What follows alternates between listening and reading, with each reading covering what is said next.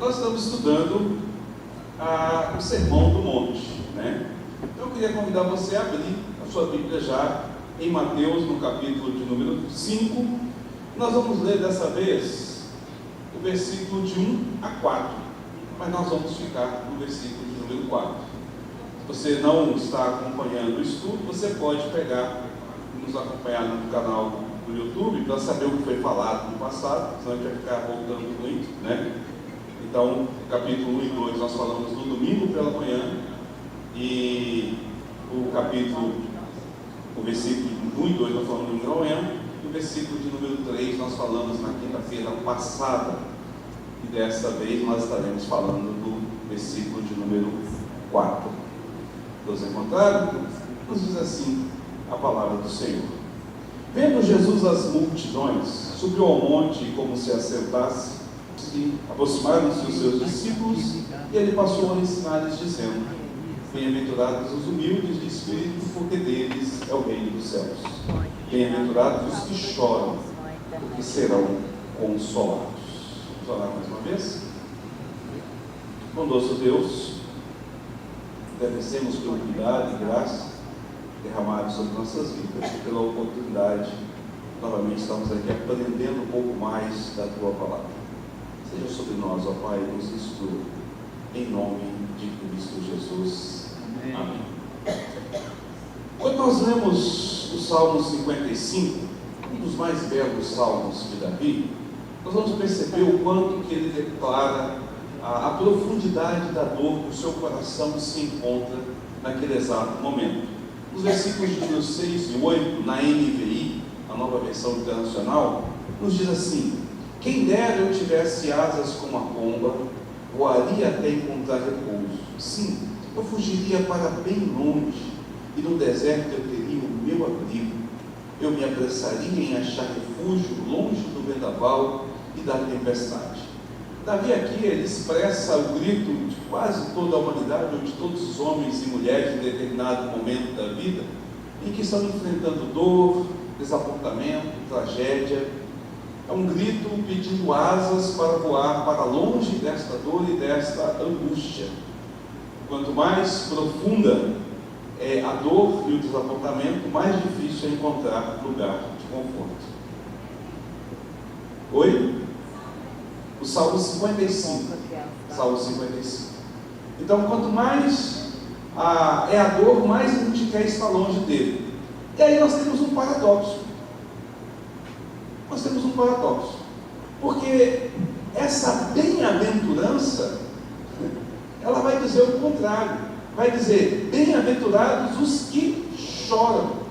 Como nós vimos na semana passada, quando nós estudamos o versículo de número 3, nós vimos uma introdução sobre a palavra bem-aventurança. A ideia de bem-aventurança é mais do que felizes ou abençoados são. Olha só, Jesus está dizendo: abençoados são os que choram. Mais do que felizes são aqueles que choram. Isso opõe a tudo o que nós conhecemos, ou que nós queremos. Toda a estrutura da nossa vida, da sociedade em si, seja a corrida, a loucura pelos prazeres, a busca pela emoção, o entusiasmo para poder ganhar dinheiro, poder gastá-lo, correr atrás das diversões, ter passatempo, tudo o que nós fazemos gira em torno de fugir do choro, fugir da dor, fugir do lamento. Ninguém quer experimentar isso, não é verdade? Nós sempre queremos fugir para longe disso. No entanto, Jesus vai dizer: abençoados são os que choram, ou são os tristes. Nós poderíamos traduzir também assim, ou os que sentem dores. Nós podemos também traduzir dessa mesma forma. Quando Jesus propõe então aqui essa nova abordagem da vida, você consegue perceber que Jesus também está condenando o riso e a alegria do mundo? Olha só: felizes aqueles que choram, ou abençoados são aqueles que choram. E aqueles que não estão chorando, que estão vivendo em riso e alegria no mundo? Lembra que Jesus está colocando aqui sobre o cidadão que é do reino, o cidadão do reino celestial. ele está propondo aqui a característica daquele que pertence ao reino. Então, quem pertence ao reino, ele é mais do que feliz, ele é abençoado porque ele chora. Mas o mundo lá fora não quer choro, quer riso. Então, Jesus, de uma certa forma, está condenando a ação daqueles que estão vivendo neste mundo, tá certo? Ele declara que a bênção, que a verdadeira alegria e a verdadeira paz está sobre os que choram e não sobre os que sorriem. O que é que Jesus quer dizer com isso? Exatamente isso que nós vamos buscar compreender nesta noite. Primeiro, nós vamos entender que há 9 verbos diferentes na língua grega que pode ser traduzida com o conceito de dor, de lamento, de tristeza, de choro. 9 verbos diferentes.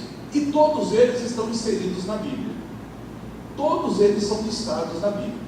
O que vai mostrar que a dor faz parte desta vida e que a Bíblia tratou disso exaustivamente, né? Mas nós precisamos de saber que existem vários tipos de dores, e a Bíblia vai usar esses versículos, essas traduções, para expor esse tipo de dor. Primeiro, nós podemos dizer que existe aquela chamada dor normal da vida, uma dor que todo mundo sente, que todo mundo vai passar, que experimentou por algum momento, né? É um tipo normal de dor, faz parte desta vida, faz parte deste mundo, tá certo? E aí nós vamos experimentar isso. De uma certa forma, nós vamos experimentar o choro com relação a isso. Aliás, chorar é uma dádiva de Deus para nós. É uma bênção poder chorar, sabia?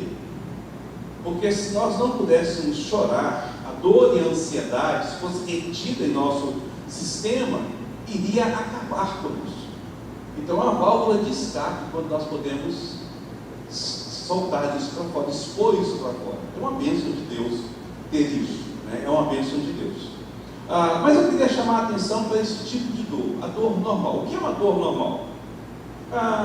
É natural, é comum lamentar, chorar quando perdemos alguém. A dor do luto, a dor da morte, faz parte dessa vida. Todos nós enfrentaremos ou já enfrentamos esse tipo de dor. Iremos passar por isso em um determinado momento da nossa vida, faz parte da vida. É também natural a dor que o salmista tem quando ele suspira por Deus.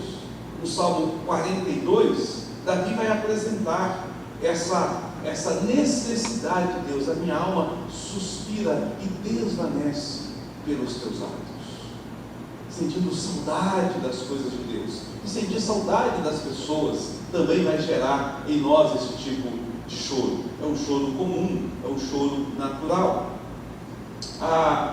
Chorar por desânimo, frustração, nós seremos frustrados, passaremos por desânimo. Aliás, Paulo vai tratar disso com Timóteo. Quer ver? Abre aí, 2 Timóteo, capítulo 1, versículo de número 4. 2 Timóteo 1, versículo de número 4. Olha só, versículo 3 e 4, Paulo fala isso, mas o 4 especificamente, ele vai dizer assim: lembrando das tuas lágrimas, estou ansioso por ver-te, para que eu transborde de alegria. Paulo está falando de Timóteo. Timóteo estava no ministério, ele passou por algumas frustrações, passou por algumas... e chorou por conta disso. Chorou por conta disso. É natural, faz parte da vida, né? O profeta Jeremias, quando ele foi chamado por Deus para profetizar o julgamento de Deus sobre Israel, no capítulo de número 9, versículo 1, vai dizer que ele anunciou isso, ele pregou isso com lágrimas. Ele estava chorando de ver a tristeza, a dor que viria sobre o povo. Ele chorou por empatia diante da dificuldade que os outros iriam enfrentar. Passou por um sofrimento de saber que o povo iria enfrentar tudo isso. Isso é normal também sentir esse tipo de choro, tá certo? Paulo, em Atos capítulo 20, versículo 31, ele vai dizer para os escritores de Efésios, portanto, para os presbíteros de Éfeso: portanto, vigiai, lembrando-vos de que, por 3 anos, noite e dia, não cessei de admoestar com lágrimas a cada um. Paulo derramou lágrimas de preocupação para com a igreja. Esse é o tipo comum de choro. Nós iremos enfrentar, experimentamos, é comum, faz parte da vida, né? O pai chorar de lamentação, de preocupação com os filhos, ou filhos chorar de preocupação com os pais, ou com um amigo, ou com uma outra pessoa. Você passar por um momento de frustração, o choro vir, experimentar o luto, experimentar a solidão, a saudade, faz parte da vida. A Bíblia vai falar que isso faz parte da vida e vai dar vários exemplos em relação a isso. Mas há um outro tipo de choro que nós podemos dizer que é um choro inadequado. É um choro que não deve fazer parte da vida do cristão. Um choro que é ilícito, um tipo de dor, um tipo de lamento que não deve fazer parte da nossa vida. Nós podemos lembrar disso, por exemplo, quando nós olhamos para a vida de Amnon, filho de Davi. A Bíblia vai nos dizer, lá em 2 Samuel capítulo 13, vai contar a história de Amnon, e vai nos dizer que Amnon queria deitar-se com sua irmã, e por não poder deitar com a sua irmã, ele chorou e lamentou e não quis comer. Esse é um tipo de lamentação, um tipo de choro ilícito, tá certo? Nós vamos encontrar isso também com Acabe. Lembra quando Acabe queria para si a vinha de Nabó? Lá em 1 Reis, no capítulo de número 21, versículo 4, vai dizer que Acabe também deitou sobre a sua cama, virou o rosto, não quis comer e chorou. Ficou desgostoso. Ele queria aquilo que não pertencia a isso. Isso é um tipo de lamento que nós não devemos de ter. É um lamento que é ilícito, inadequado, mas que neste mundo ainda acontece. Quando você lamenta porque ele está pecando e não pode ter acesso ao pecado, ou quando você chora por algo que não é seu e você quer, é um tipo de lamento que a Bíblia diz também que pode acontecer. Também, algumas vezes, ocorre um lamento que poderia ser algo normal, comum da vida, mas que ele passa a ser prejudicial para as nossas vidas. É aquele momento em que nós prolongamos o lamento por atos egoístas. Por exemplo, um luto demorado demais. Perder alguém, sentir a dor da tristeza, da perda, é normal, mas ele tem que passar. Quando ele não passa, ele está demonstrando o nosso egoísmo. Eu não estou querendo ser uma pessoa insensível com quem está sofrendo. Não. É natural sentir dor e sofrer. Mas sofrer a vida toda por alguém que for, isso é egoísmo. É sinal de que você quer essa pessoa para si, você não se desprendeu dessa pessoa. Então há um choro egoísta, um lamento egoísta, que nós não podemos ter conosco. Pais, por exemplo, quando os filhos saem de casa e lamentam durante um período, sente aquela tristeza, aquela saudade, mas aquilo tem que passar. Há um momento em que isso acaba, né? Então precisamos de entender que a vida continua. Então há também esse tipo de momento egoísta, tá certo? A qual está sendo passado. Mas há ainda um outro tipo de dor, de choro, que ele é carregado pelo sentimento de culpa.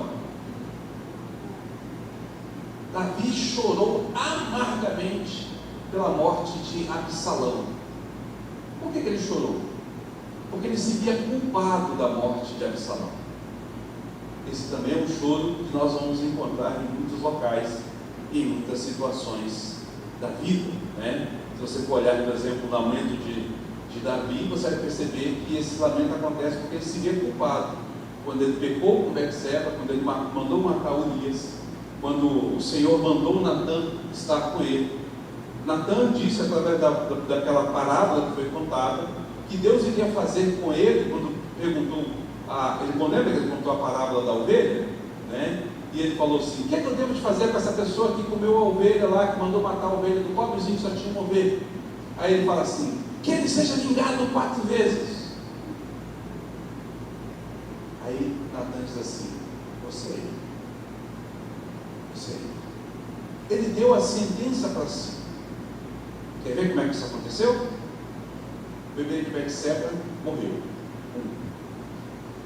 A filha Tamar foi abusada pelo irmão Aminon. 2. Aminon morreu pela mão de Absalão. 3. Absalão morreu tentando usurpar o trono. 4. Vingado 4 vezes contra o seu filho. Por isso ele estava lamentando, chorando tanto quando acontece essa situação diante da realidade. Então, perceba, no mundo nós teremos tipos normais, tipos anormais, nós teremos situações comuns de choro, nós teremos situações que são inadequadas e que acontecerão. Esse choro faz parte da vida, o choro. Mas de qual choro Jesus está falando aqui? Não é nenhum desses choros. Jesus não está falando do choro comum desta vida. Jesus não está expressando o lamento que nós vivemos pela vida comum da vida.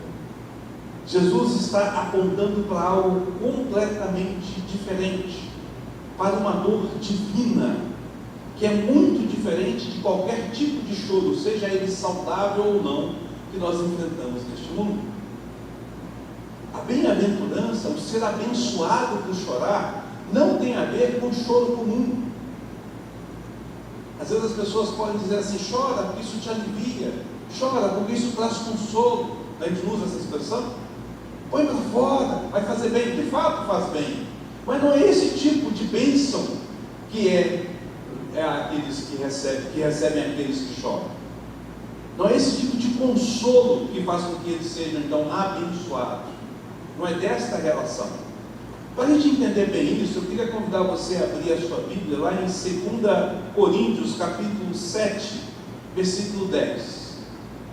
2 Coríntios 7, versículo 10. Olha só o que Paulo vai dizer. Porque a tristeza, segundo Deus, produz arrependimento para a salvação, que a ninguém traz pesar, mas a tristeza do mundo produz morte.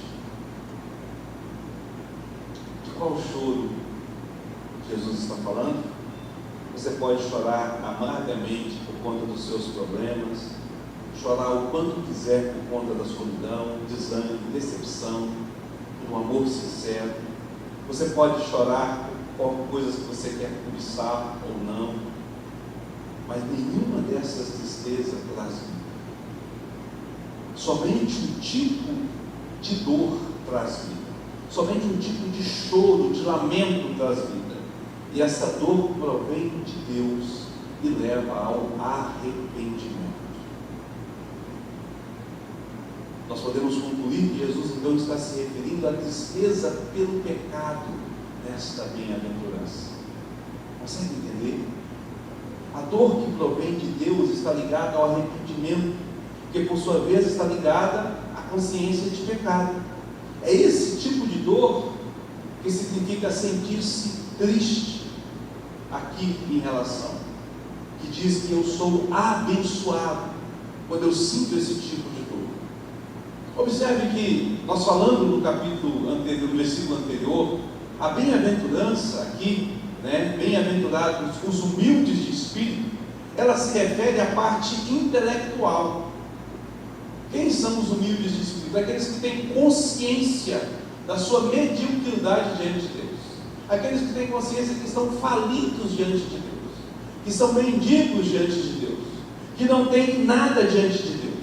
Então o que ele faz? Ele olha e fala: meu Deus, quem sou eu? O que eu posso fazer diante desse Deus grandioso, maravilhoso? Eu não sou nada, eu sou completamente falido. Aliás, eu sou extremamente reprovado diante da justiça desse Deus.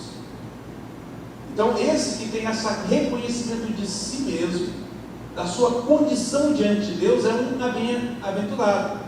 O que este reconhecimento leva? Leva ao choro. Então, se o versículo 3 fala da bem-aventurança no contexto da intelectualidade, da razão de tomar conhecimento de si, a bem-aventurança do versículo de número 4 se refere à parte emocional, de você se deixar quebrantar diante desta realidade. Você sabe que está espiritualmente falido, você lamenta por este fracasso. Está ligado à bem-aventurança a outra. Aliás, eu falei isso, né? Todo o sermão está interligado, e aqui é a porta de entrada desse sermão que o Senhor apresenta. Enquanto vivemos, nós devemos de ter esse mesmo sentimento, queridos, da humanidade, de humildade espiritual. E esse mesmo sentimento vai nos levar ao completo arrependimento, vai nos levar ao choro, ao lamento, a cair por terra e reconhecer o quão terrível nós somos. Preste atenção numa coisa: ser humilde de espírito e chorar são características do cidadão do reino dos céus.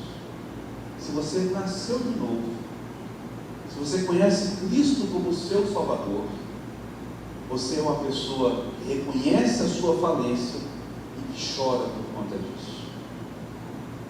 Você é uma pessoa que reconhece o quão pecador, o quão terrivelmente pecador você é, e você chora por conta disso. Você lamenta por conta disso. Consegue compreender isso?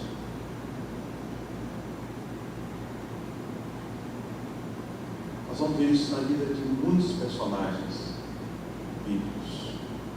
Mas eu queria citar alguns para a gente poder, alguns textos, algumas áreas que nós pudéssemos perceber isso. Nós vamos ver isso, por exemplo, na vida de Jó. A Bíblia começa dizendo que Jó era um homem íntegro e justo entre os seus contemporâneos. A Bíblia começa dizendo que Deus elogia Jó. Diz que meu servo Jó, homem íntegro e justo como ele, não há igual. Era um homem extremamente abençoado, um homem extremamente rico. Ele era tão rico que ele lavava os seus pés com leite. Isso é ser rico. Já pensou? Se dá o luxo de lavar os pés. Podem ir aqui aquela vaca ali que eu quero lavar meus pés. É isso que a Bíblia diz. Mostra, lembrando que o leite, a coalhada, era um alimento muito valioso, né? Valorizado dentro do contexto do Oriente Antigo naquele período ali, né? Mas olha só o que acontece com Jó. Não com o que ele experimenta, com as dificuldades que ele enfrenta, mas com o debate dele com Deus.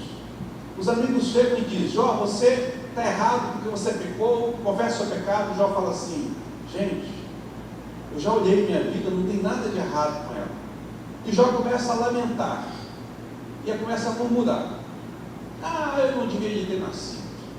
O dia do meu nascimento deveria ter sido um dia de trevas. Eu deveria ter sido um aborto. Eu amaldiçoo a minha mãe, o ventre de onde eu saí, né? Começa a reclamar. Aí Deus aparece para ele. Deus faz algumas perguntas que Jó não consegue responder. Deus começa a dizer assim: quem é você para falar qualquer coisa diante de mim? Você estava lá quando eu fiz todas as coisas?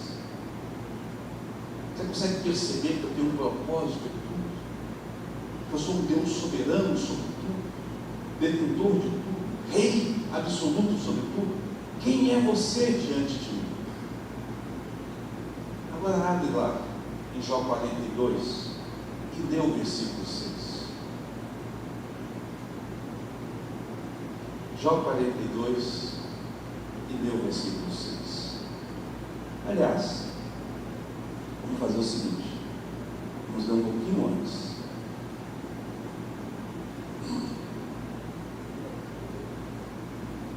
Nós vamos ler do versículo 1 até o 6. Vamos lá? Todos juntos? Então respondeu Jó ao Senhor: bem sei que tudo podes, e nenhum dos teus planos pode ser frustrado. Quem é aquele, como disseste, que sem conhecimento envolve o conselho? Na verdade, falei do que não entendia, coisas maravilhosas demais para mim, coisas que eu não conhecia. Escuta-me, pois havia dito, e eu falarei. Eu te perguntarei e tu me ensinarás. Eu te conhecia só de ouvir, mas agora os meus olhos te veem. Agora vem lá. Por isso me abomino e me arrependo no pó e na cinza. Olha que coisa maravilhosa. O justo Jó, o íntegro Jó, ele olha e fala assim: eu não sabia absolutamente nada até que eu contemplei o Senhor, até que eu tive a oportunidade de ver o Senhor face a face, e aí percebi a minha insignificância, percebi o quão reprovado eu sou diante do Senhor, por isso eu tenho que me abominar no pó e na cinza. Percebe? Nós olhamos para Jó, nós falamos assim: mas onde é que Jó errou, sofrendo tudo isso? O fato de ele ter nascido já é um erro, nasceu em pecado, como cada um de nós, não tem justiça nenhuma diante de Deus. Agora, vai lá para o Salmo de número 32, versículo de número 3. Olha como Davi descreve a si mesmo diante do pecado, quando ele havia pecado diante de Betseba. Salmo 32, versículo de número 3. Enquanto calei os meus pecados, envelhecer os meus ossos pelos meus constantes gemidos todo dia. O que ele está dizendo? Estava sofrendo. Agora vamos lá, versículo número 4. Porque a tua mão pesava dia e noite sobre mim, e o meu vigor se tornou em sequidão de estio. Confessei-te o meu pecado e a minha iniquidade não mais ocultei. Disse: confessarei ao Senhor as minhas transgressões, e tu perdoastes a iniquidade do meu pecado. Reconhecimento, choro, arrependimento, perdão. É isso que vai acontecer. Salmo 51, versículos de 1 a 3, referindo ao mesmo pecado cometido com Betseba. Olha só o que ele vai dizer. Salmo 51, versículos de 1 a 3. Compadece-te de mim, ó Deus, segundo a tua benignidade, e segundo a multidão das tuas misericórdias, apaga as minhas transgressões. Lava-me da minha iniquidade e purifica-me do meu pecado, pois eu conheço as minhas transgressões, e os meus pecados estão sempre diante de mim. Agora vai lá para o versículo 10 e 12. Cria em mim, ó Deus, um coração puro, renova dentro em mim um espírito inabalável. Não me repulses da tua presença, não me retires o teu Santo Espírito, restitui-me a alegria da tua salvação, sustenta-me com espírito voluntário. Perceba o quanto Davi está lamentando, quando ele está chorando, quando ele reconhece a sua situação diante de Deus e clama por graça e se arrepende dos seus erros. Quando ele confessou tudo que estava no seu íntimo, aí ele vai dizer, capítulo de número 32, ele vai dizer: bem-aventurado aquele cuja iniquidade é perdoada, cujo pecado é coberto. Bem-aventurado o homem a quem o Senhor não atribui iniquidade e cujo espírito não há dolo. Um detalhe interessante: quando nós lemos aqui, cuja iniquidade é perdoada, ele está dizendo, aquele que chorou, que lamentou pelo seu pecado. Bem-aventurado aquele que lamentou pelo seu pecado. Os que choram não são mais felizes, não são abençoados por qualquer coisa. Eles são abençoados porque eles choram pela sua situação e recebem de Deus o perdão, porque então são perdoados. O consolo não está no choro, o consolo está no perdão pelo motivo do choro. Ele é abençoado, não é o choro que traz a bênção, mas é o fato de que ele lamenta pela sua situação, e isso derrama sobre ele perdão. Consegue entender isso? Agora perceba o quanto isso é diferente com relação às questões do mundo. O mundo, ele não vai trabalhar esta realidade. O mundo vai dizer: fuja dos seus problemas, sorria, se esconda, tome as asas, vai para qualquer lugar. Está com problema? Vai no bar, enche a cara, joga um videogame, né? Faz sexo com alguém. O mundo vai te dar um monte de opções aí para você fugir dessa questão. Mas a Bíblia diz: reconheça a sua falha, chore, lamente, peça perdão, dobre-se no joelho, para que você seja então abençoado pelo Senhor. Se você deixar o pecado em sua vida, se você guardar ele para si, isso vai se tornar algo perigoso diante de você. Mas se você confessa, você recebe a liberdade e a alegria que provém do perdão de Deus. Que provém do perdão de Deus. Tiago capítulo 4, versículo 8 a 10, ele vai dizer: chegai-vos a Deus, e Ele se chegará a vós outros. Purificai as mãos, pecadores, e vós que sois de ânimo dobre, limpai o coração, afligi-vos, e lamentai, e chorai. Converta-se o vosso riso em pranto, e a vossa alegria em tristeza. Humilhai-vos na presença do Senhor, e Ele vos exaltará. Gente, eu fico olhando como que a igreja moderna se perdeu diante disso. A gente fala de alegria, de bênção, de felicidade, a gente fala de ânimo, a gente fala das coisas. Deus tem uma bênção para a sua vida, Deus tem promessa para você, você é filho do rei. Mas nós não pregamos mais. Você é pecador, carece do perdão, você precisa de lamentar pela sua falha, você precisa de reconhecer o quão pecador você é. Quão pecador você é. Só aqueles que reconhecem isso é que são verdadeiramente filhos de Deus. Eu acho que nós temos uma visão defeituosa do pecado hoje em dia. Tem muita gente que acha que a vida cristã é brincadeira e diversão, que a vida cristã tem a ver com riso. Alguns pastores mais ortodoxos, mais conservadores, eles são completamente contra o uso de chacota e de piadinhas em cultos. Alguns são mais ortodoxos, eles vão dizer: ali não é lugar para isso, ali é lugar para uma mensagem séria, que te faça arrepiar na cadeira, tremer na base.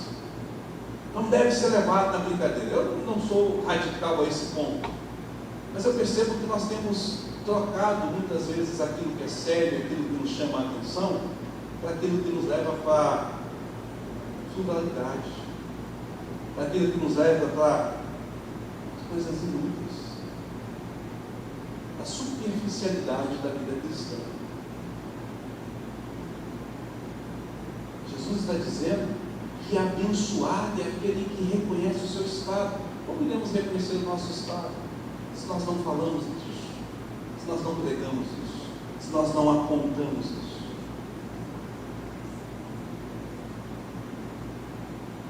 Você já reparou como é que a nossa sociedade moderna está completamente besta, abobalhada? Tudo é motivo de riso. Percebe que nós estamos fazendo isso para dentro da igreja? Você abre o YouTube, tem cada besteira, e o pessoal fala, como se a vida fosse a coisa mais frívola do mundo, e esquece da seriedade da vida, daquilo para qual a Bíblia nos aponta, para a realidade que nós estamos. Aí nós chegamos aqui, para Jesus, diga oi para o seu irmão, dá um abraço nele, maravilha, faz a obra de Jesus, um show, é uma alegria, é uma celebração. Não estou dizendo que não tenha essa necessidade, que a gente não possa fazer isso, mas aonde fica a consequência, a consciência de quem eu sou? Salomão vai dizer lá em Eclesiastes: guarda o teu pé quando entrares na casa do Senhor. Ou seja, preste atenção quando você está entrando na casa de Deus. Nós estamos de qualquer jeito, sem se preocupar com essa realidade. E aí, em vez da gente estar fazendo cidadãos dos céus, nós estamos enganando pessoas fazendo os cidadãos do mundo. Fazendo os cidadãos do mundo. Será que nós vimos quando o mal é apresentado na televisão? Será que nós vimos quando ouvimos alguém fazer algo que é mal?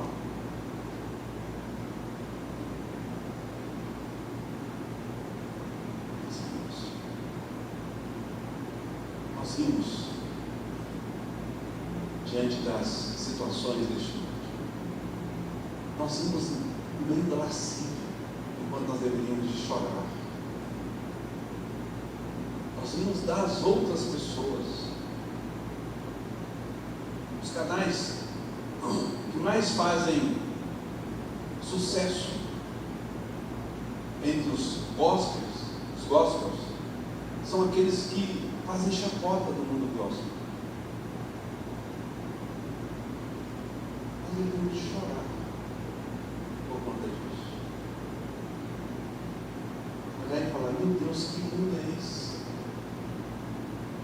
Que as coisas não são levadas mais a sério. Veja, eu não sou contra nos divertirmos. Temos necessidade disso. O Antigo Testamento é muito claro quando ele diz que o coração alegre é um bom remédio. Mas o problema é que eu acho que a gente está tomando remédio demais, nós estamos viciados. Só serve a alegria.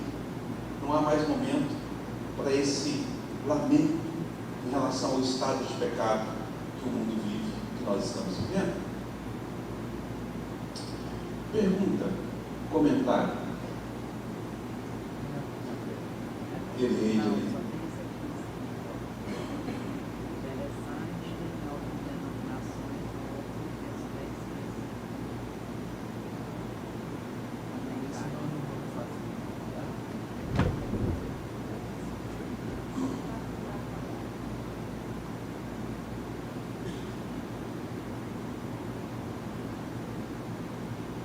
está funcionando, não?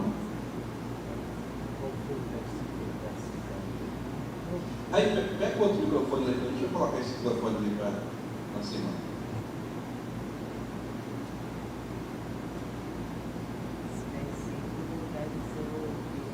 Enquanto o irmão, pastor estava pregando, ele estava lembrando de uma canção que eu aprendi quando eu fui para a igreja, eu era bem jovem, e ela dizia: chorem sacerdotes, chorem os ministros do altar, Jesus voltará muito breve.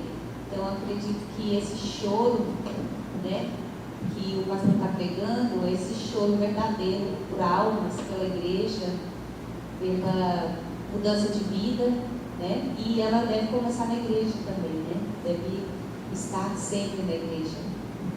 E outra coisa que eu pensei foi aquelas pessoas que choram demais, estão sempre se lamentando, se fazem de vítima e nunca saem daquela posição, né? Então, esse choro, não é esse choro que Jesus está falando, né? Porque é um choro que não produz mudança, né? Não produz vida nova, porque o choro é como uma criança que nasce, chora, mas daqui a pouco ele está vivo, está alegre, está feliz, porque está vivo e continua, depois chora de novo porque caiu, porque ficou com fome, porque não sei o quê, e enfim, está sempre buscando a vida, né? Então, assim, esse choro é um choro que traz vida, é o choro do arrependimento e traz vida e traz mudança, esse choro que nós todos devemos buscar, né? Acredito. De fato, o choro a qual a Bíblia fala é o choro que leva ao arrependimento, é o choro pela condição de pecador. É o reconhecimento de que eu sou uma pessoa falida espiritualmente, que não posso me achegar diante de Deus pelas minhas condições, e por conta disso eu vou lamentar da minha situação, clamando ao Senhor que venha sobre mim com misericórdia. O arrependimento exige choro, exige uma atitude emocional em que você reconhece o seu estado.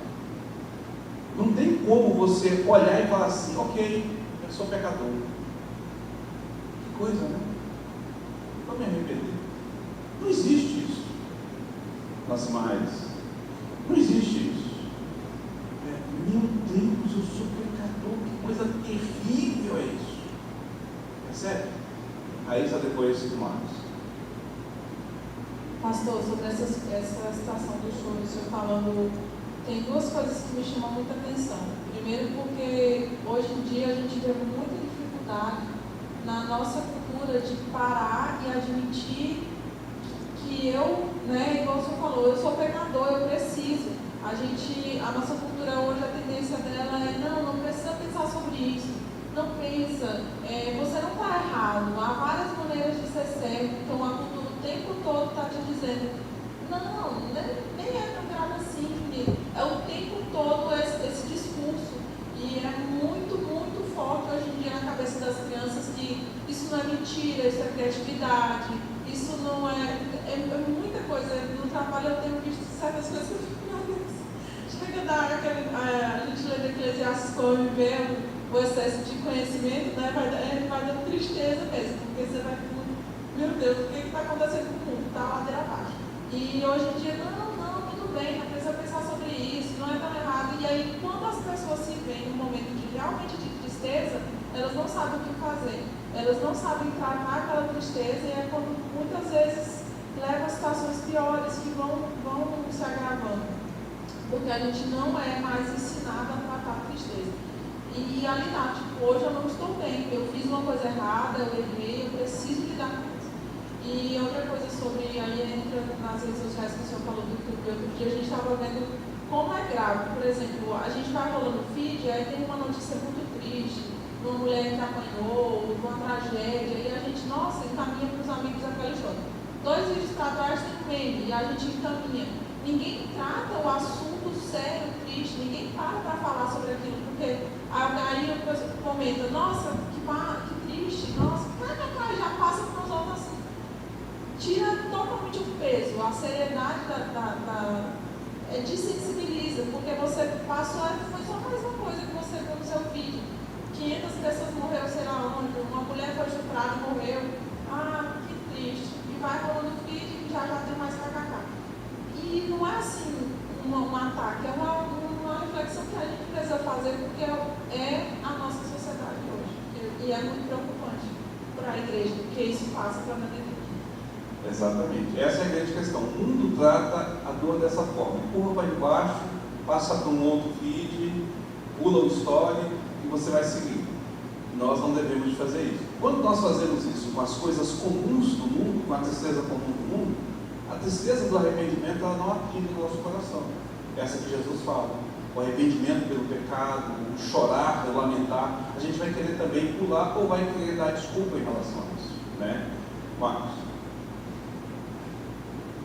Boa noite. Pastor, tem um rapaz em que parece, conforme desde a quinta-feira passada para esta quinta, eu tenho notado essas questões, essas características da bem-aventurança, da perseguição do reino. O ladrão que tinha sido crucificado ao lado de Jesus na cruz, ele se reconhece como dependente das graças de Deus. Ele fala: a um que questiona o outro, quem somos nós? Ele não tem pecado, nós estamos aqui porque merecemos. Aí isso fez lembrar, principalmente da pregação do Senhor, da quinta passada, que falou sobre a questão do pobre de espírito, se reconhecer como pessoa destruída, totalmente deslacerada, que não tem mérito algum. Assim, você responde cumprindo uma a pena máxima que havia na época. Então, aqui como foi salvo pela graça de Deus, Ele não tinha nada a fazer. Ele falou: quem foi que você fez para ser salvo? Bom, eu matei, roubei, estupei, fui pego, fui solto, fui pego de novo, soltado de novo, perderam a paciência, crucificaram, arrebentaram todinho. Aí eu conheci um homem lá, tal de Jesus. Eu me arrependi dos meus pecados, fui salvo. A questão, mas tinha descoberto essas características, você falou da atitude da pessoa do ladrão. Outra questão também que eu quero trazer era sobre um livro chamado Confissões, Santo Agostinho. Ele, quando ele passa para a questão da conversão dele, quando ele era mais novo, ele tinha um apreço pela oratória. Então, ele sempre procurava aprender com bons oradores. E ele vai nessa questão toda, ele se reconhece como pecador e ele testemunha de pequenos delitos, que a nossa vez são coisas pequenas, como, por exemplo, ele diz: Senhor, quando eu pecava, que em vez de dedicar na tua maravilhosa palavra, eu buscava livros aí ele vai falar de livros seculares, de Homero, Iliades. Então, isso é uma coisa que eu acho bastante interessante. Nós reconhecemos como pecadores, vemos o nosso pecado em pequenos gestos do nosso dia a dia, e não somente chegar como coisa grande, como um adultério ou um assassinato. De fato, à medida que a gente vai caminhando com o Senhor, nós vamos ter essa percepção. O Vinícius.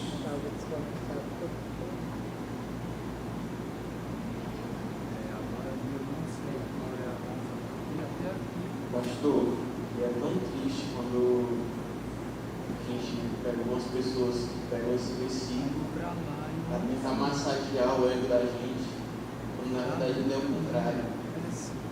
Geralmente as pessoas leem o versículo e falam assim: olha, você está passando por essa dificuldade, mas olha a segunda parte do versículo, olha a vitória que Deus tem para te dar. Só que a pessoa não para analisar nem o trecho anterior direito, nem o versículo anterior, nem o Evangelho de uma maneira geral. Na verdade, ela está muito preocupada com o que ela é, aquilo que ela sente, a felicidade dela. É muito triste a gente ver essa distorção da palavra de Deus. Esse é o grande problema que nós vivemos hoje. Nós temos deixado de entender o que significa ser um cidadão do reino. E para que eu seja um cidadão do reino, eu preciso de primeiro reconhecer que eu sou massacrado, sou falido, e eu preciso de lamentar por essa situação. Nunca é uma condição de vitória, mas é uma condição de derrota. Não é uma condição de que eu sou o cara, é uma condição de que eu não sou ninguém, pobre, miserável e nu. Essa é a condição. Mas eu chego por aqui, não, eu entrei dessa forma, e aí eu vou fazer o que agora? Agora eu sou o cara, não, eu continuo pobre, miserável e nu, carente da graça, olhando para mim e vendo o quão necessitado da graça, da misericórdia do Senhor eu sou. Você nunca encontrará no Novo Testamento algo referente à conversão, a vir a Cristo, por gestos como levantar a mão, assinar um cartão de compromisso, de ouvir um apelo. É sempre uma condição da condição em que a pessoa estava e do seu reconhecimento daquilo que ele é. Mas há mais. Paulo, por exemplo, ele adverte a igreja, ele chama a atenção da igreja pela negligência diante do pecado, de não se doer, de não se sentir mal diante da condição de pecado. Quer ver? Abra sua Bíblia lá em 2 Coríntios capítulo 12, versículo 21. Observe o que Paulo está dizendo. 2 Coríntios 12, 21. Cadê o texto? 12, 21. Aí. Receio que indo outra vez o meu Deus me humilhe no meio de vós, e eu venha a chorar por muitos que outrora pecaram e não se arrependeram da impureza, da prostituição e lascívia que cometeram. Eu acho interessante essa questão. Paulo escreve a sua primeira carta para tratar com a igreja de Corinto. São muitos assuntos que ele quer tratar com a igreja de Corinto. São muitos assuntos que ele quer tratar. Entre esses muitos assuntos que ele quer tratar, ele vai tratar sobre a situação dele, que o pessoal não estava reconhecendo. Mas ele vai tratar 16 outros assuntos referentes a erros de Corinto. Vai tratar da situação daquele sujeito que estava dormindo com sua madrasta, vai tratar a situação daqueles que estavam tendo brigas, estavam dentro da igreja, estavam fazendo disputa no tribunal lá fora, em vez de resolver as coisas internas, né? Vai tratar daqueles que se achavam espirituais demais, mais do que os outros, valorizando algumas coisas e menos valorizando outras. Vai tratar de uma série de problemas. Na carta de número 2, a segunda carta, ele vai dizer que está alegre porque eles haviam resolvido algumas questões e tal, mas aí aqui ele vai dizer assim: gente, eu estou preocupado, porque qual é o meu grande receio? Meu grande receio é que eu chegue perto de vocês e eu não veja fruto do arrependimento de vocês. Paulo está dizendo aos coríntios que se eles não chorarem por seus pecados, então a única coisa que resta para ele, Paulo, é chorar por eles. Não há mais nada que ele possa fazer. Paulo está dizendo: você errou, você pecou, tenha consciência do quão grave isso é diante de Deus. E aí ele vai citar algumas coisas, né? Impureza, prostituição, lascívia. E aí essas coisas aqui está muito genérica, não está? É muita coisa. Está aberto. Ele não está citando uma situação grave. Ele está citando situações comuns da vida.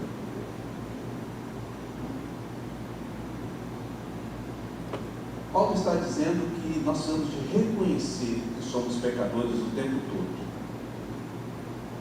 de ter um arrependimento genuíno da nossa falha, de nos voltarmos para Deus totalmente humilhados diante das nossas falhas. Marcos citou aqui Agostinho falando, né, lamentando nas suas confissões de livros que ele deu em vez de ler a Bíblia. Ele está chorando porque ele havia pecado diante disso. Quantas vezes nós não fazemos isso, irmãos? Nós não lemos a Bíblia. Não, está normal. Fazer o quê? Está normal, faz parte da vida. E nós não percebemos que nós estamos desobedecendo ao Senhor. Isso é pecado. Isso deveria nos levar ao pó, a choro. Então a pergunta é: diante da realidade do que sou, se eu sou um cidadão do reino dos céus, eu preciso de constantemente estar lamentando pelo meu pecado, estar chorando, estar caído pelo meu pecado. Então, como que eu posso me tornar um desses que choram? De que forma eu posso me tornar um dos que choram? Bom, primeiro, nós precisamos de perceber que o nosso coração está duro. Se eu não estou chorando quando o meu pecado, é porque o meu coração já endureceu com essa questão, acostumou com essa realidade. Endureceu diante dessa situação. Um coração de pedra é um coração vazio. É um coração cuja graça não pode penetrar. Então ele não vai poder se dizer bem-aventurado. Talvez tenha muitas pessoas dentro da igreja hoje sem experimentar essa bem-aventurança, porque tem um coração empedrado por conta das condições em que vive. O que leva o coração a endurecer? Primeiro, o amor ao pecado. Ninguém vai dizer que eu sei, mas a verdade é que pecar é bom. Se pecado não fosse bom, ninguém pecava. As consequências do pecado são ruins, mas o pecado em si, ele traz um certo prazer, traz uma certa, entre aspas, satisfação. Há uma experiência naquele contexto que te traz algum benefício maléfico, né? Se há que existe benefício maléfico, mas vocês entenderam a ideia de que você recebe algo que não é bom da parte de Deus, mas que é satisfatório para a sua carne pecaminosa. E às vezes nós amamos o pecado. Como é que eu sei que eu amo o pecado? Quando eu sei que eu tenho um pecado, eu não quero largá-lo. Pode ter certeza que você está amando esse pecado. mundo pega e fala, isso é pecado, isso está errado. E você, não, mas será que tem um jeito? Será que dá um jeito? Será que dá um jeito? Querido, seu coração está totalmente voltado para esse pecado, você está amando esse pecado. É uma das situações. Você precisa se arrepender, começando a reconhecer que o seu amor está sendo derrotado, algo que não deveria. Mas há outras coisas que endurecem, há outros sentimentos que endurecem o coração. O desespero endurece o coração. Desespero endurece o coração. Quando a pessoa se vê num estado de pecado, que ela diz, Deus não pode me perdoar disso. Parece interessante isso, né? Mas a pessoa entra em tal situação diante do pecado, existe alguma coisa que Deus não possa fazer? Existe algum pecado da qual Deus não pode perdoar? Paulo vai dizer que é onde abundou o pecado, superabundou a graça. Então, tem muito pecado, a graça ainda é maior do que isso que Paulo está dizendo, né? Paulo vai dizer que nada me separará do amor de Deus. Nada vai me separar deste amor. Então, não há nada disso. Mas se eu endureço o meu coração, se eu estou desesperado, eu posso endurecer o meu coração. Não, Deus não vai me perdoar, Deus não vai me perdoar. E o que eu faço? Eu largo o pecado. Nós vemos esse sentimento acontecer muitas vezes na época da Santa Ceia, na hora da Santa Ceia. A pessoa vai, e aí o pastor fala, examine-se o homem a si mesmo e então coma. Aí a pessoa examina e fala assim, eu estou em pecado, eu não posso participar da ceia. Qual é a condição? Examine-se, arrependa-se e coma. Se você não participar da ceia, você está segurando o seu pecado. Isso é desespero. É uma visão distorcida da palavra de Deus. Então isso pode ser um dos problemas que pode estar acontecendo, né? Há pessoas que vão dizer, não há mais esperança para mim, não há mais jeito para mim. Para mim não tem mais solução. Não, a Bíblia não diz isso. Segunda coisa que pode endurecer o coração, a soberba.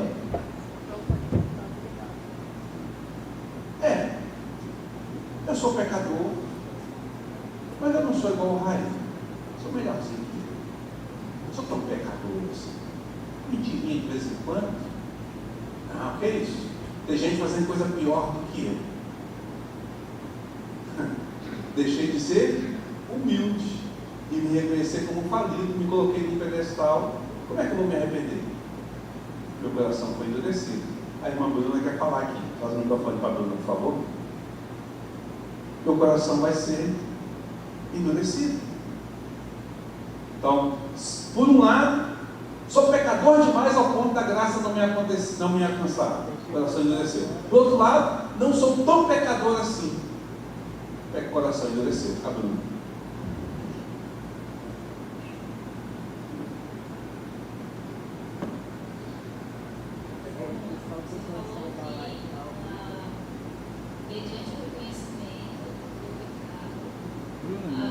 Eu sei que não monta o pecado quando eu deixo, certo?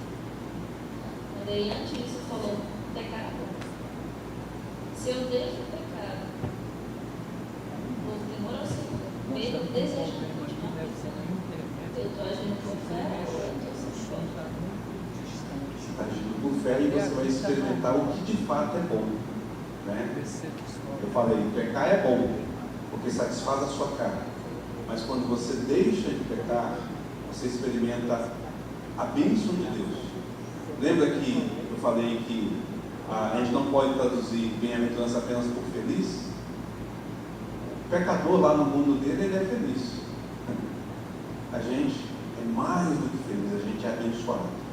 É uma outra realidade da qual a pessoa não consegue experimentar.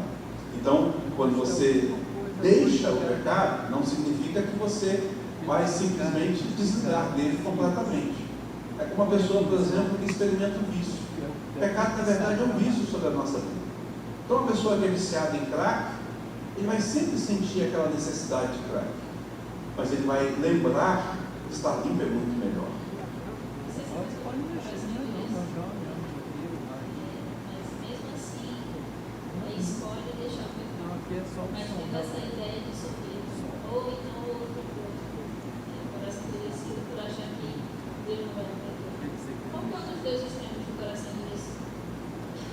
questão é a seguinte, olha só, ele não vai deixar o pecado. Se o coração endureceu, ele não vai deixar o pecado, ele vai lutar pelo pecado. Entende? Eu sou pecador demais. A nossa carne, ela vai sabotar a gente. A nossa carne pecaminosa vai sabotar a gente. Você é tão pecador que Deus não vai te perdoar. Então, para que adianta eu me arrependi se Deus não vai me perdoar? Continua no pecado. Você não é tão pecador assim. Então, para que me arrepender? Continua no pecado. Entende? Só vai acontecer a partir do momento em que eu tenho uma real situação de quem eu sou e me arrependo. Aí eu vou abandonar o pecado. O arrependimento tem a ver com o abandono do pecado. Sem arrependimento, não há abandono. Segura mais assim para o pessoal. Talvez seja uma pergunta que puxe muito longe do tema, mas existem pesos entre os pecados? Não. Todo e qualquer pecado tem o mesmo peso? Deixa eu te explicar isso. Segunda pergunta, isso é uma opinião teológica? Existem divergências teológicas a respeito disso? Deixa eu explicar isso para você da seguinte forma. Quando eu falo que não há peso em relação ao pecado, tanto faz você mentir quanto você matar alguém, a sua condenação é sempre a mesma, a eternidade, tá? Não significa que Deus não pondera uma coisa ou outra. A grande questão não está no seu ato, mas em quem você ofendeu, entende? Essa que é a grande questão. Então assim, claro, mentir é muito menor do que matar alguém, só que você ofendeu um Deus eterno. Quanto tempo você precisa para apaziguar a ira de um Deus eterno? A eternidade. Quanto é ofender um Deus eterno? Uma eternidade. Então, se você ofendeu a Deus com uma mentira, uma eternidade. Se você matou alguém, vai ser duas eternidades. Não existe duas eternidades. Então, acaba sendo o mesmo peso no final, porque não está em relação ao ato que você fez, mas ao grau que você feriu a pessoa que lá está. Quando eu falo sobre arrependimento, eu cito, por exemplo, o exemplo de uma briga entre dois, né? Digamos que eu mais o Raí aqui saímos numa briga e o Raí me deu um tapa. Eu vou ficar chateado com ele, eu vou brigar com ele, ele vai reclamar, mas depois a gente vai se acertar porque somos iguais, tá certo? Mas digamos que eu estou aqui na igreja e o Raí me dá um tapa, ele vai para o conselho. Por quê? Porque ele ofendeu o pastor. A situação bem mais grave. É o mesmo tapa, é a mesma intensidade, é a mesma mão. Mas o grau de ofensa é maior. E se ele agride um juiz? Vai para a cadeia? E se ele agride um presidente? A cadeia não é maior do que a agride o juiz? Percebe? Não é a intensidade do tapa. Não é o tamanho da ofensa, não é o tamanho da ofensa que é feita pela pessoa, mas o tamanho do ofendido que recebeu a ofensa. Você está ofendendo a Deus. Então, a ofensa é eterna, seja de mentira, seja de matar alguém, seja você ser um estuprador, um assassino, ou você ser simplesmente uma pessoa mentirosa. A ofensa é eterna. Por isso que eu falo, não há distinção de grau. Mesmo que eu queira fazer, é impossível equalizar isso diante de Deus. Vai ser sempre eterno. Só temos uma eternidade para pagar.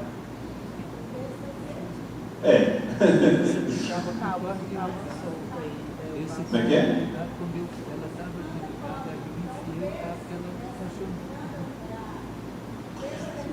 Na condição humana, você terá consequências menores ou maiores dentro da humanidade, dentro da realidade humana.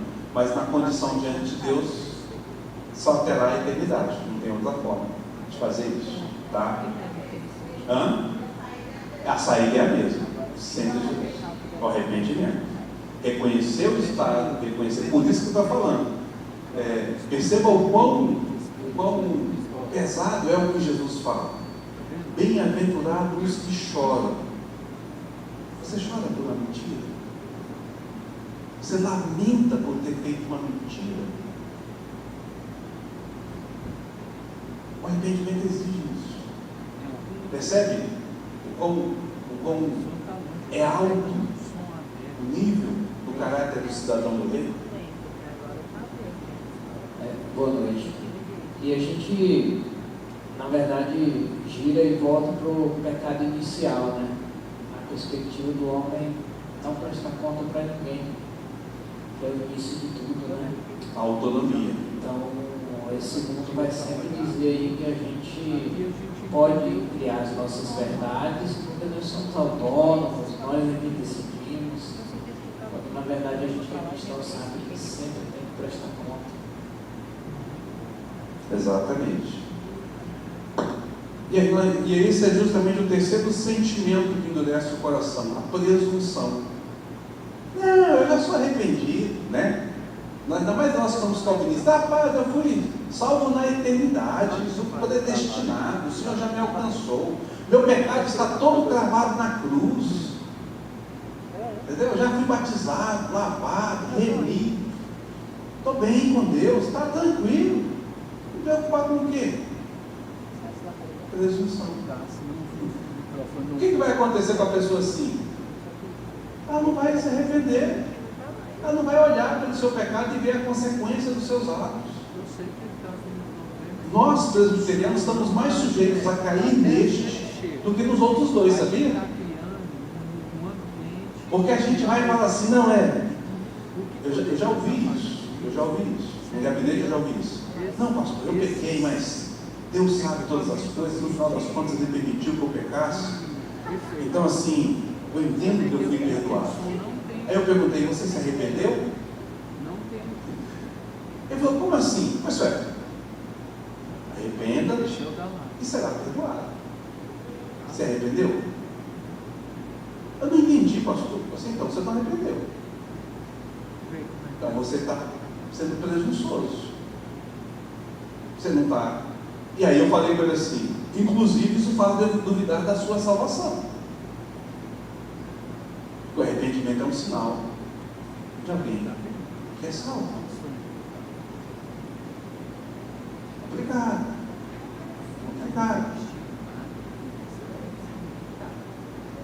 Quarto sentimento, procrastinação. Bom, eu vou tratar desse assunto outro dia. Realmente, eu estou pecando, estou errado, mas se eu esperar mais um tempinho, vai demorar tempo para resolver isso. Continuando nessa presunção, que tem um problema agora nessa nova sociedade, que a própria igreja já está incentivando isso nas pessoas, né? Que já tem muita pregação que fala assim, Deus é amor, Jesus veio aqui para dar graça agora é tudo, você pode fazer o que quiser, porque a graça pode cobrir todos os seus pecados. E agora também tem tipo assim, também tem até as pessoas estão mudando algumas coisas da Bíblia, falam assim, não, esse pecado é só naquela época, que o Novo Testamento, Jesus mudou as coisas, só que Jesus não mudou as coisas, né? Ele foi clarear nossa mente. Na verdade, tem alguns pecados que Jesus piorou, né? Porque antes, se ele só alterasse, ia pegar, agora só de pensar, Então, assim, a própria igreja agora já está incentivando as pessoas a serem presunçosas do Deus. Porque tudo esse negócio de Deus é amor, faz com que a pessoa ache que ela pode pecar, que não tem problema, que Deus já perdoou e tal. Só que na verdade, para mim, é o contrário. Quando você peca e sente aquele peso, aquela dor, mostra que Deus ainda te ama, porque mostra que Ele está mostrando para você o que você está pecando, que você precisa arrepender. Porque na Bíblia fala, quando Deus ele abandona a pessoa, deixa que ela criou suas próprias vontades. Verdade. É justamente essa questão, né? E aí eu vou dizer um pouquinho mais.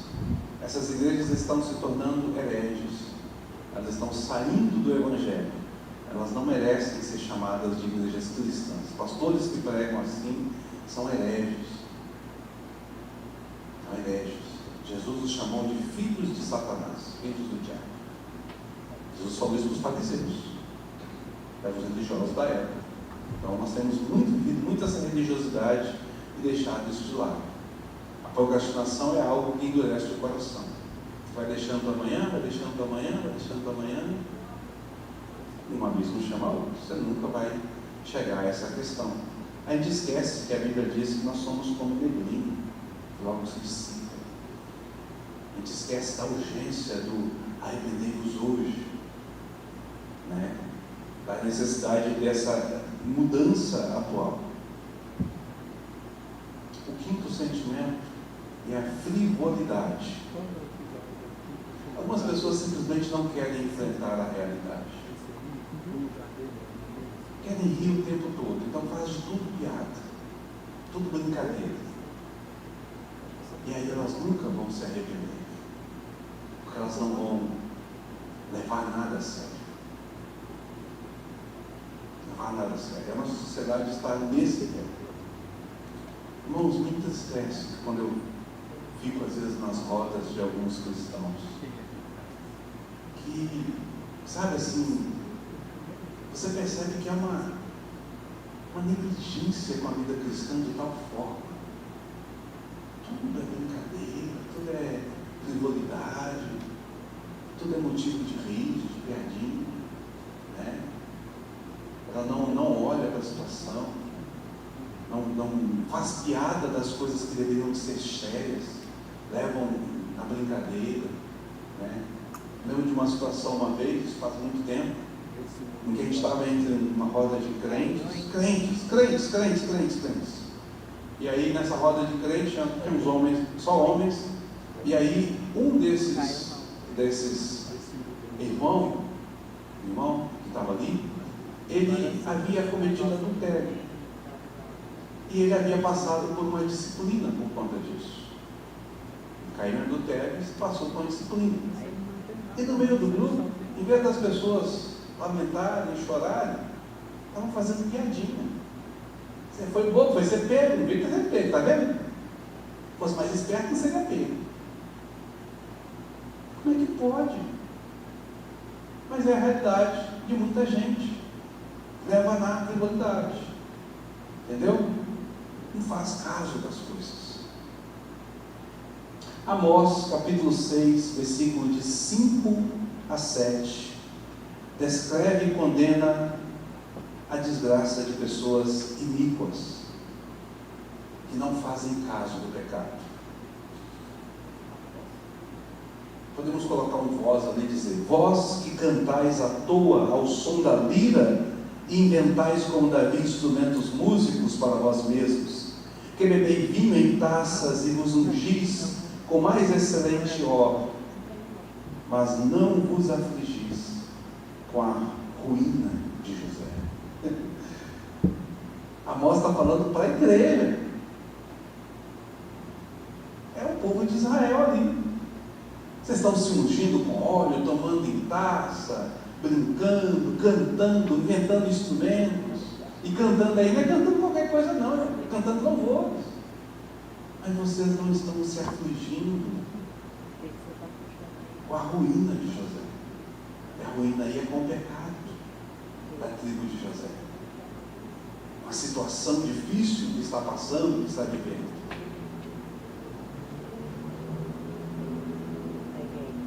Então nós precisamos nos livrar desses empecilhos e experimentar a graça do Senhor. Já estou terminando, vou passar um pouquinho do horário, mas eu preciso para a gente terminar, senão a gente vai ter que voltar nesse texto de novo, né?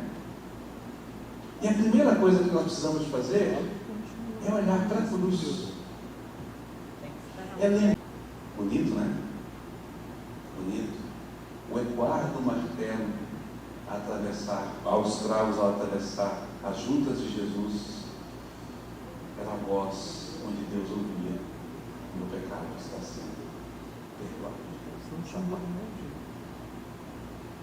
A gente deve lembrar disso.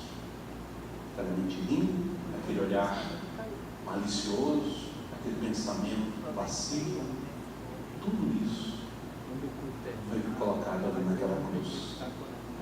Entender isso é algo extremamente importante.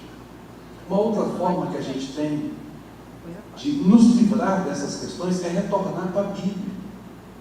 Um dos grandes problemas da sociedade moderna, da igreja moderna, é que nós não lemos mais a Bíblia, nós não estudamos mais a Bíblia.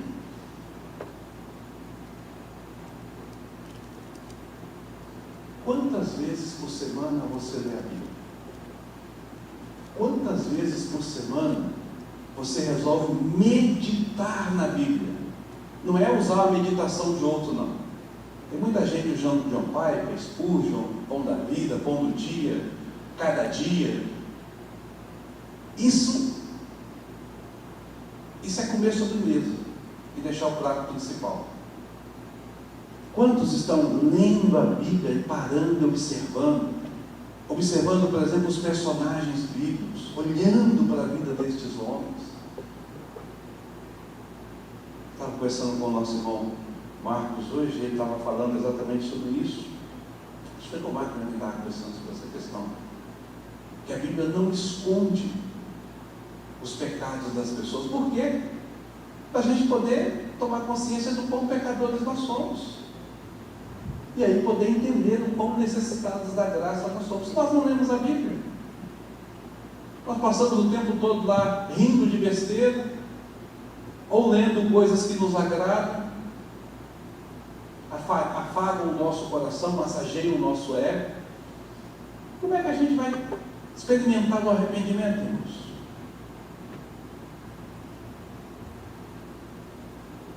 Davi diz: suporto tristeza por causa do meu pecado. Isaías vai dizer: ai de mim, estou perdido porque sou um homem de lábios impuros. Pedro vai dizer: Senhor, retira de mim, porque eu sou pecador. E Paulo vai dizer: eu sou o pior dos pecadores. Olha só, personagens bíblicos que reconhecem a sua situação. Quando você olha e vê a história desses homens, você fala assim: eu estou ali. Então a gente precisa de tomar essa situação. Quando nós comparamos esses personagens bíblicos, as declarações, os pecados deles com a nossa vida, nós percebemos, e aí nós estamos levados ao arrependimento. Como é que eu me livro deste princípio? Como é que meu coração se quebra? Ore. Não aquela oração lista de supermercado. Senhor, eu estou precisando disso. Põe na conta, manda lá para casa, aquela bênção. Não. Também não é aquela oração corriqueira. Senhor, eu quero orar para que o Senhor abençoe todos os missionários deste mundo. Que o Senhor abençoe a minha igreja, abençoe o pastor, abençoe a minha vida. Não. Aquela oração que diz assim: Senhor, sabe o de hoje? Sabe como é que eu estou? Senhor, eu estava pensando aqui, meu coração está um tanto quanto envelhecido. Eu não estou percebendo que eu estou pecando. Será que o Senhor pode fazer como fez com Davi, como Davi pediu? Vê se há em mim algum caminho mau, para que o Senhor me guie pela vereda da justiça.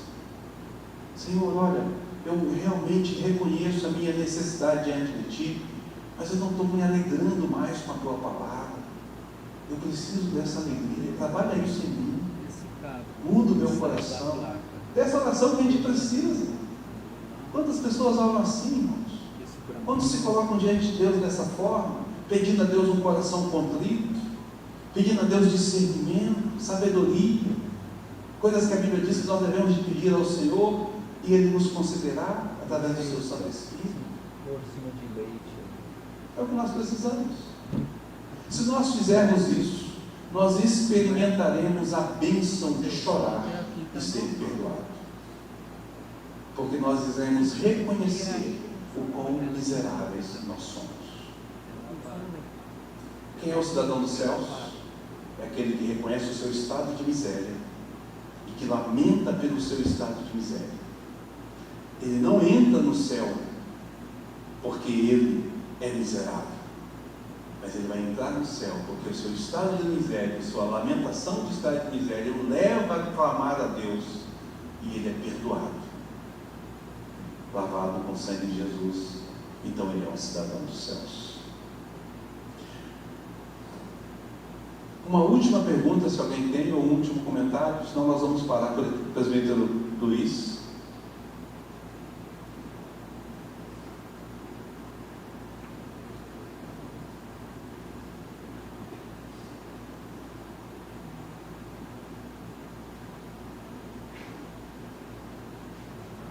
pastor, mas quando você lê a Bíblia, e você começa a deparar com a história dela, e às vezes a sua vida, e que você, muitas vezes as pessoas pensam que o pecado só mexe na vida do freguês, mas a esposa, os filhos, ou os filhos, os pais, tudo isso está lá. Às vezes a gente pensa, eu peguei, eu resolvo. Não é assim. Quando você conhece a Bíblia, ele dizia assim: o rei fulano pecou e levou toda a nação a pecar. Então a Bíblia, para a gente ler ela, não é simples. Mas nem a Bíblia, moço, preste atenção. Primeira coisa que você tem que chegar aos pés do Senhor, você tem que começar a ler a Bíblia, porque senão você não vai conseguir ler ela. Porque ela é assim. Ela não é aquela história do caboclo chegar perto do conselho e você falar para ele do pecado, ele diz: vocês têm que entender que o erro é humano e a carne é fraca. Você entendeu como é que as pessoas, assim, são pessoas que lêem a Bíblia que não tem compromisso, mas se você ler ela, você vai descobrir que o pecado não estraga a sua vida, mas de todas aquelas pessoas que ele serve. Esposas, os filhos, às vezes os filhos, os pais, os irmãos, tudo. Olha, porque a turma fala, ele não fala só para o fulano, vai a família, né? E fulano tá. Então assim. E às vezes a gente nem percebe. Mas não tem outra coisa. Eu sempre digo para os meninos: você quer ser um bom trabalhador? Quero, conheça a Bíblia. Você quer ser uma boa esposa? Quero, conheça a Bíblia. Você quer ser um bom esposo? Quero, conheça a Bíblia. Porque se você conhecer, você vai caminhar. Amém. Verdade. Meus irmãos, nós vamos encerrar por aqui, né? Semana que vem a gente volta, falando então a terceira bem-aventurança. Nós vamos continuar nesse pé, lembrando que isso é uma questão progressiva, então já sabe que vai ter ligação com as duas outras bem-aventuranças, o ser manso, tem a ver exatamente com ser cidadão dos céus, tá bom?